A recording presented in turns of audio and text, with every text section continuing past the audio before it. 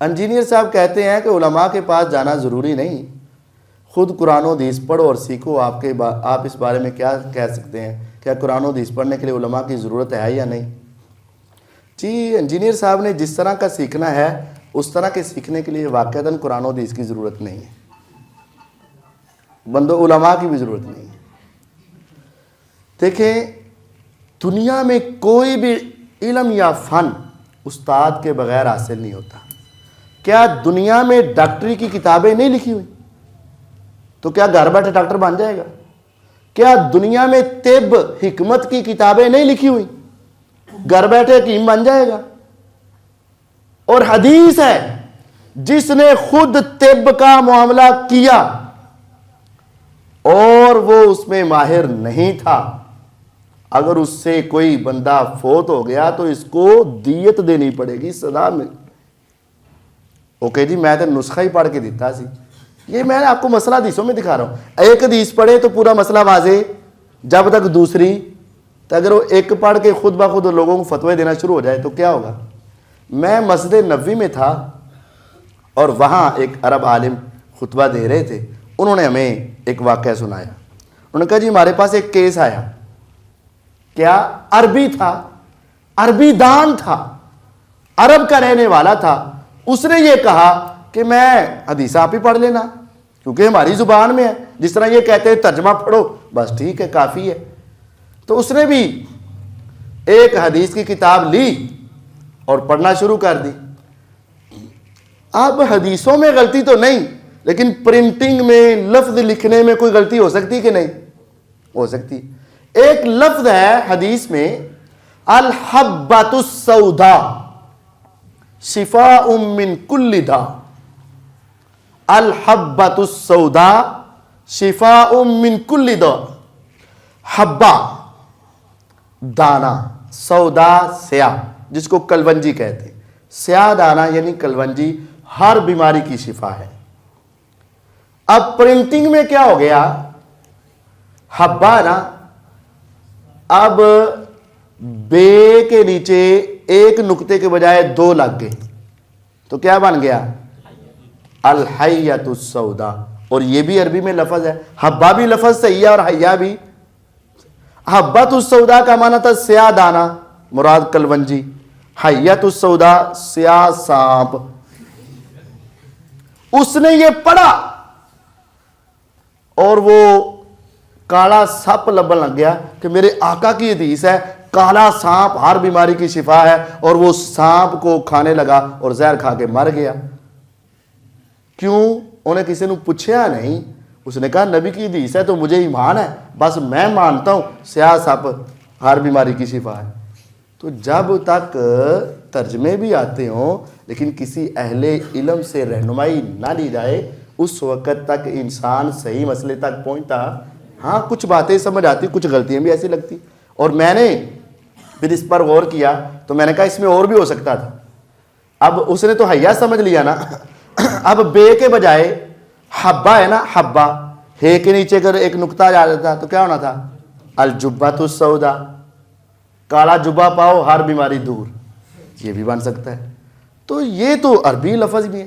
اس کا اگر ایسا ہی ہوتا تو اللہ تعالیٰ صرف قرآن نازل کر دیتے اور دنیا کو کہتے مان لو بس۔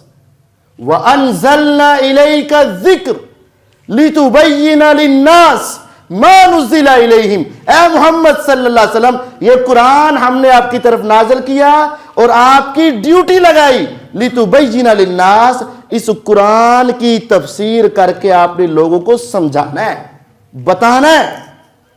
عربی لوگ تھے، عربی میں قرآن تھا، پڑھتے مان لیتے، سمجھ آ جاتی، تفسیر کی ضرورت کیوں تھی؟ قرآن مجید کی ایک آیت نازل ہوئی الذین آمنوا ولم یلبسوا ایمانہم بظلم اولئک لہم الامن وہم مہتدون، 7ویں سپارے میں، جو ایمان لائے اور اپنے ایمان کے ساتھ انہوں نے ظلم نہ کمایا ان کو جنت ملے گی۔ ایمان لائے اور ظلم نہ کیا ان کو کیا ملے گی؟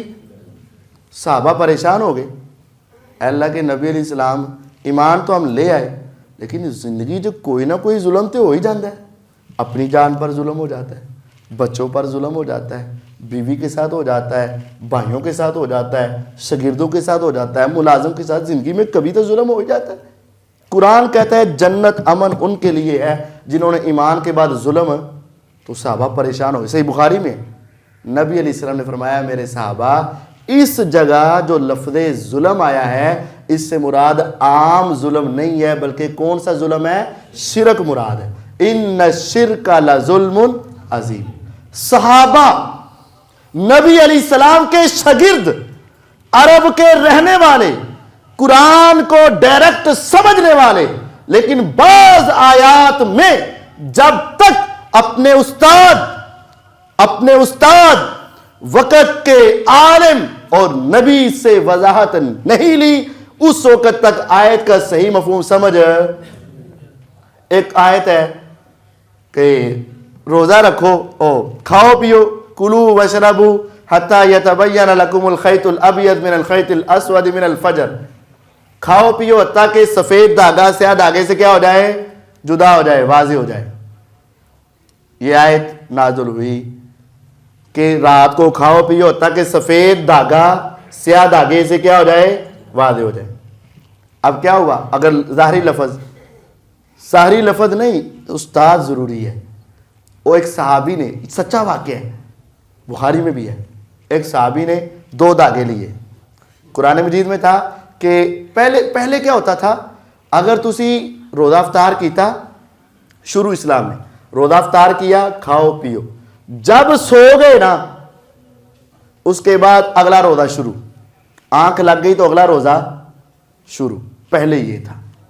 پھر یہ نیا حکم آیا کہ رات کو بھی اتنی دیر تک تم کھا سکتے ہو حتیٰ کہ سفید دھاگا سیاہ دھاگے سے کیا ہو جائے؟ ایک صحابی نے 2 دھاگے لیے، سرانے تھلے رکھ لے، کھاندے رہے، پھر اٹھ کے دیتے وکرے ہوئے نہیں ہوئے، پھر کھاتے رہے، پھر اٹھ کے دیتے رہے وکرے ہوئے نہیں ہوئے، پھر کھاتے رہے، پھر صبح ہو گئی، دن چڑھ گیا، نماز پڑھ لی، پھر ویکھے حال تک تے وکرے۔ نبی علیہ السلام سے آ کر پوچھا کہ قرآن میں ہے کہ یہ واضح ہو جائیں تو اے دے ہون ہی نہیں دے۔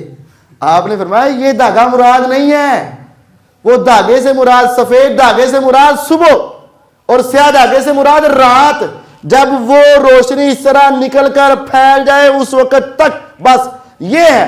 لیکن لفظ کیا ہے؟ خیط الابیض، سفید دھاگا، خیط الاسود، سیاہ دھاگا۔ اس صحابی نے اس دھاگے سے مراد ظاہری کیا لیا؟ دھاگا۔ اور مسئلہ صحیح سمجھ کب سمجھ آیا؟ جب اپنے عالم سے جا کے وضاحت پوچھی۔ تو جب تک عالم سے مسئلہ نہیں پوچھیں گے 10ویں صحیح تو 10ویں غلط۔ یہی مسئلہ مرزا صاحب سے خود ہوا ہے، اپنے کمرے چوں باہر نہیں نکلنا، نہ کسی نو آن دینا ہے تے نہ کسی نو جان دینا ہے، بھئی تسی میرے جوگے تے میں تواڈے جوگا۔ تو جب ایسا ہوگا تو پھر صحابہ کے بارے میں بدگمانیاں ہوں گی۔ میں کئی ایسے آدمی دیکھتا ہوں ہماری صفوں میں نماز پڑھتے ہیں اور صحابہ کو گالیاں دیتے ہیں اور امیر معاویہ رضی اللہ عنہ کو برا بھلا کہتے ہیں۔ کیوں؟ وہ دماغ میں وہ کیڑا جو مرزا کے دماغ میں اس نے ڈالا ہوا ہے، حضرت ابوبکر غلط سی، عمر غلط سی، عثمان غلط سی، معاویہ غلط سی، اور وہ جانے اس وجہ سے نہیں دیتے عالموں کے پاس، کہیں چلے گئے تو انہوں نے دوسرے دی سویں کٹ کے وہا دینی ہے کہ اگر تم یہ دیکھتے ہو تو اس سے آگے یہ بھی تو ہے نا۔ نہیں، انہوں کو نہیں جانا، جو دوائی میں دینی بس وہی کھانی، اس کے علاوہ کوئی نہیں۔